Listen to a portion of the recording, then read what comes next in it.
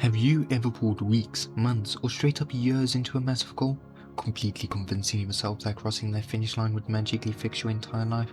During the whole process, your brain is lying to you, telling you, once I finish this, I'll finally be happy. New doors will open, the stress will vanish, and I'll achieve ultimate peace. And then, you actually finish it. You get a microscopic hit of dopamine, a quick flash of relief, and then, whether it's 5 minutes later, a couple of hours, or maybe even 2 days later at the max, the dust settles, and you realize absolutely nothing has changed. You're not filled with eternal joy. You're just kind of bored. So what do? You immediately start looking for the next thing to complete, blindly assuming that because the last milestone didn't bring you eternal joy, the next one has to. Welcome to the very first episode of Side Questing, a series where we dissect deep psychological and philosophical concepts while I play games remarkably averagely. My name is Seth, and I'll be your one and only host, because honestly, when you spend this much time trapped deep in your own thoughts, you get pretty used to being a solo queue. In psychology, this exact post-achievement vacuum is called the arrival fallacy. It's the cognitive illusion that reaching a destination will grant you permanent satisfaction. But human brains aren't actually wired for that. We're wired for the pursuit. It's like building a massive project from scratch. The moment the job is done, the mystery vanishes, and you realize you brought the exact same brain up to the peak with you. Think about how we structure our lives. We treat existence like a checklist.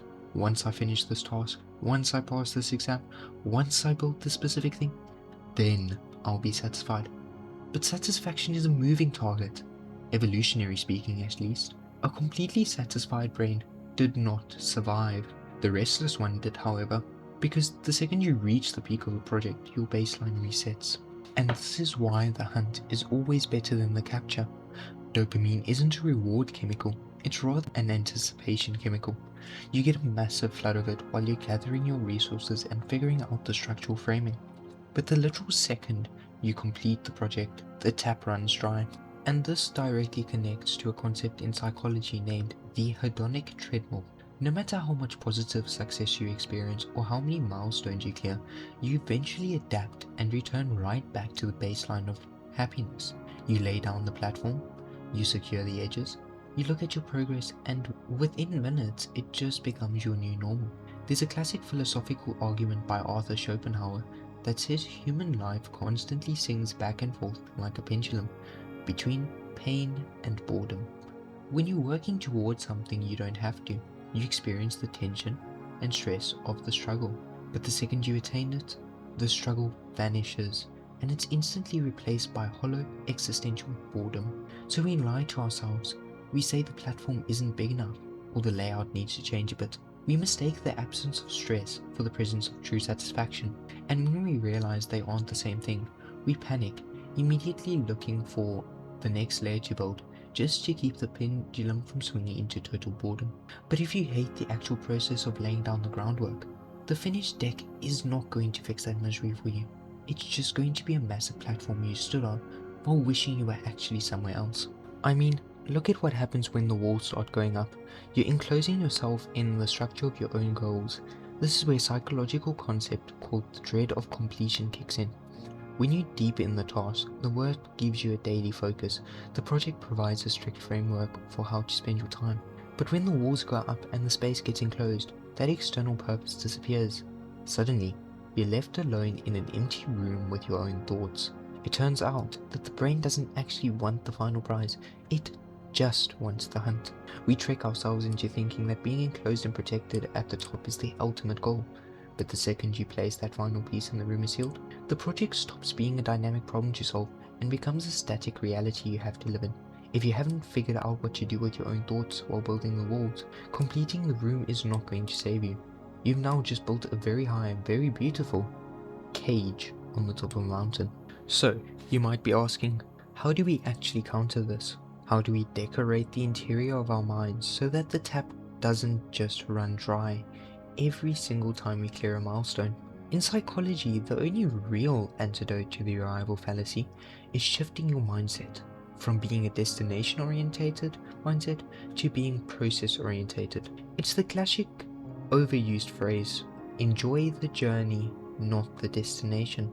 But scientifically, it means training your brain to get micro doses of satisfaction from day-to-day crafting and execution, rather than holding your breath for the final product. If you absolutely hate the process of setting up the internal infrastructure, lighting the space, and sorting out the details, the finished room is not going to fix that misery for you. You have to find a way to make the actual day-to-day work the rewarding part. Otherwise, you're just burning energy to reach a finish line that leaves you entirely empty.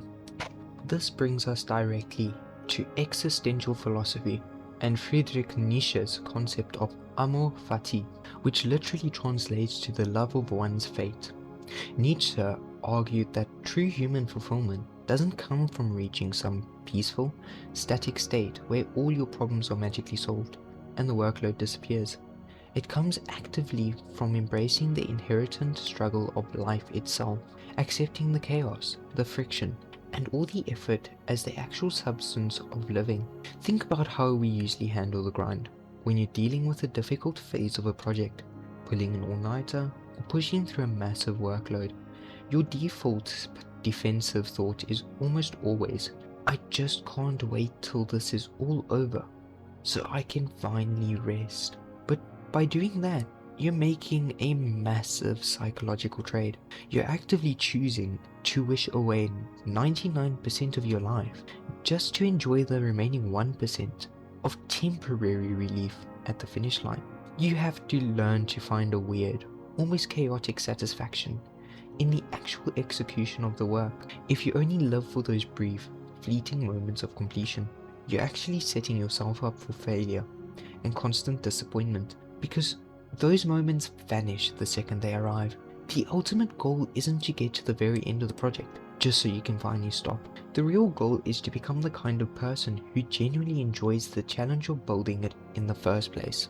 Now, once the massive high-stress structural work is out of the way, you enter what psychologists call the micro-success loop. This is deliberate shift in focus towards the minor details, the small, low-stakes tasks that require zero deep existential thinking, but keep you completely anchored in the present moment. In real life, these are your foundational daily habits. It's incredibly basic stuff: cleaning your desk, mapping out your daily schedule, washing the dishes, or just going outside to take a walk. This step is completely critical because of how your brain chemistry handles big milestones. When a massive life project ends, your nervous system experiences a massive sudden drop in adrenaline and cortisol. You go from a state of hyper alert and hyper focus to an absolute standstill overnight. To prevent that sudden crash from feeling completely overwhelming, you need these small, highly manageable targets to catch your psychological fall. Without them, you risk plunging straight into the classical post-achievement slump, that heavy, unmotivating fog where you feel completely directionless. These minor repetitive routines give your brain a tactical, low-friction way to recalibrate its dopamine receptors. They allow you to maintain a basic sense of forward momentum and stay functional, keep you grounded while you slowly figure out exactly where your energy is supposed to go next. Because the closer you get to finishing, the more the internal tension builds. You enter this weird psychological twilight zone where the project is almost done, but not quite. Neurologically, your brain can see the finish line, so it prematurely tries to flood your system with reward dopamine, making you lose your focus. You have to actively fight the urge to mentally check out, forcing yourself to keep your head down and execute those final placements. It's the heaviest part of the grind, standing right on the precipice of the end, where the work transitions from a process to a permanent reality. So here it is, the almost completed project. It looks exactly like what I envisioned when I sketched out the very first step, but even before the final blocks are placed, as we take this climb to the top, notice the subtle internal shift that's already happening. The mystery is entirely gone, the creative problem-solving phase is officially over, and the momentum has slowed to, well, a crawl. This is the exact pocket of time where the arrival fallacy hits its absolute peak. You're standing at the top of something you worked towards for ages, looking down at how far you've come, and you feel terrifyingly quiet voice in the back of your head whisper, "Is this it?" It's the realization that the peak doesn't feel like a grand celebration. It just feels like a standstill. It is a profoundly weird feeling to achieve exactly what you wanted and realize it didn't change the internal chemistry of who you are. We build these massive mental monuments to our goals, convincing ourselves that completion will rewrite our character flaws or erase our anxieties. But you clear milestones and you realize you brought the exact same restless brain up the peak with you. If you were anxious and unfulfilled or running away from your thoughts while standing on the ground, the view from the top isn't magically going to fix that. The structure might be finished, the goal might be met, but the internal void is going to remain and be completely untouched. You're standing a little bit closer to the sky, and that's it. Which is why, instead of immediately moving to a completely new environment to start a different giant project, you have to learn how to step back down to ground level. You have to learn how to build a campsite at the base of your own achievements. Well, in plain, informal English, you just have to touch grass. In psychological terms, this transition is what we call the integration phase. It's the deliberate process of taking time to actually live in the aftermath of your success, rather than sprinting away from it. It means reflecting on what you actually learned during the grind, allowing your nervous system to return to a peaceful, healthy baseline, and actively resisting the urge to force yourself straight into another high-stress pursuit the second the old one ends. Human beings aren't designed to live in a state of perpetual ascension. If you spend your entire life climbing, you never actually build a home anywhere. You have to realize that the ultimate value of a giant monument that you've just completed isn't just the fact that it exists. It's that it's completely changed your perspective and outlook on the ground that you're standing on right now. Building small, low-stakes comfort zones at the base allows you to integrate your achievement into your daily identity. It turns the manic pursuit into a sustainable progress. You don't always need to be climbing a mountain or adding another layer to a structure to be moving forwards in life.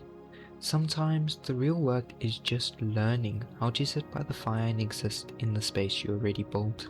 Because notice what happens the exact second you stop adding things to the project. The noise of the tools stop, the constant mental checklist of what blocks go where completely vanishes, and suddenly you're left with this incredible, heavy, and overwhelming silence.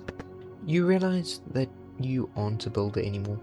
The grind is over, and you've officially crossed over into becoming a spectator of your own work. Now, if you haven't already noticed by this point, we've been spending a massive amount talking about the psychological and philosophical layers of the arrival fallacy, but we haven't actually stopped to talk much about the actual game that I'm playing, or at the very least, what it is that I'm building here. And that's exactly where this final phase comes in.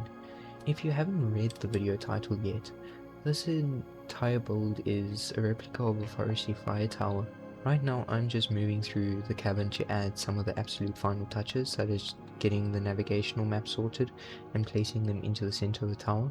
This whole project was heavily inspired from my deep love for the outdoors and that specific feeling of isolated adventure. But the real catalyst was that I was recently finished playing through the game Firewatch for about the 5th time. It's an incredible piece of storytelling. Honestly, it's pretty much a canon event for anyone who loves immersive games, and I'd recommend it any day of the week. I've also completely binged the audio drama Tower 4. It's a podcast that follows a similar Firewatch vibe. I've currently finished all the way through season 4 to where it's sitting at right now, which is the half season. Trust me, if you want something incredibly atmospheric to listen to, it's amazing. It's an audio drama, and right now it sits at over 70 hours long total.